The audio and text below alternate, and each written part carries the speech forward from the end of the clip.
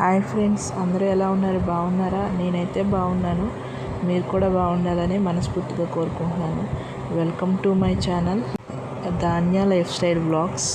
ఈరోజు మీరు చూస్తున్న ఈ వీడియోలో కనిపించే దేవత మా ఊరి గంగానమ్మ తల్లి దేవత అండి. నిన్న అమ్మవారికి స్నానం చేపిస్తున్నారని తెలిసి మా అమ్మ మళ్ళీ పిల్ల సైన్యం మొత్తాన్ని కలిపి గుడికి తీసుకెళ్ళింది. గుడికి తీసుకెళ్ళాక తెలిసింది ఏంటంటే, అమ్మవారికి ఎవరైనా స్నానం చేయించవచ్చని. అమ్మవారికి పసుపు నీళ్ళతో, కుంకుమ నీళ్ళతో, గంధం నీళ్ళతో, ఆవు పాలతో ఇలా అందరం కలిసి అమ్మవారికి స్నానం చేపించామండి. ఒక్కొక్కరైతే 108 బిందులు, 102 బిందులు, 101 బింది, 21 బింది, 11 బిందులు అంటూ ఎవరికి తోచినట్టు వాళ్ళు చేశారు. చేపించే కొద్దీ చెయ్యాలి అనిపిస్తుంది, కానీ మాకైతే అలసట రాలేదండి. ఇంకా అలా మేము చేపిస్తూ ఉండగానే మమ్మల్ని చూసి ఇంకా చాలామంది జనం వచ్చి అమ్మవారికి సేవ చేసుకుని వెళ్ళారు. ఇంకా అలా చేయడం మా అదృష్టంగా భావించాం మేమందరం. మా ఊరి గంగానమ్మ తల్లి చాలా పవర్ఫుల్. అనుకున్న ప్రతి కోరిక నెరవేరుతుందని ఇక్కడ భక్తులందరూ నమ్ముతూ ఉంటారండి. ప్రతి సంవత్సరం అమ్మవారికి అంగరంగ వైభవంగా జాతర జరుగుతుంది.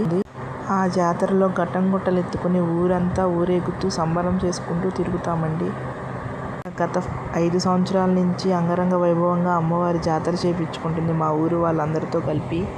ఈ వీడియోలో చూస్తున్నట్టు అందరూ చిన్నపిల్లలేనండి. చిన్నపిల్లలే వచ్చి అమ్మవారికి సేవ చేసుకున్నారు. గైడ్ చేయడానికి కొంచెం పెద్దవాళ్ళు కూడా వచ్చారు, మా అమ్మ, మా అక్క. ఇలా ఆ తర్వాత అమ్మవారికి వాళ్ళు కూడా స్నానం చేయించారు. మేమందరం అమ్మవారికి నీళ్ళు పోసేసరికి దగ్గర 2-3 గంటల పైనే పట్టిందనుకోండి. ఈ మధ్యలో పవర్ కూడా ఒక్కొక్కసారి కట్ అయ్యేది. బయట నుంచి కొట్టుకొచ్చి మరీ చేయించామండి. చూసారా గుడి చుట్టూ ఎంతమంది జనం ఉన్నారో. అమ్మవారికి స్నానం అయిపోయిన తర్వాత అమ్మవారిని ఎంతో చక్కగా అలంకరించారో మీరే చూసండి ఒకసారి. అమ్మవారికి చీర కట్టి, నగలు పెట్టి, పూలు పళ్ళతో ఎంత చక్కగా అలంకరించారో చూసారా.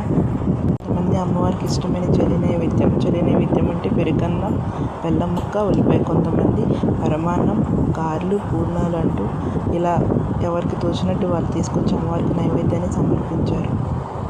ఆ గుడిలో కూర్చున్నంతసేపు ఎంత ప్రశాంతంగా ఉందో మాటల్లో చెప్పలేనిదండి. చూసేది పోతురాజు స్తంభం.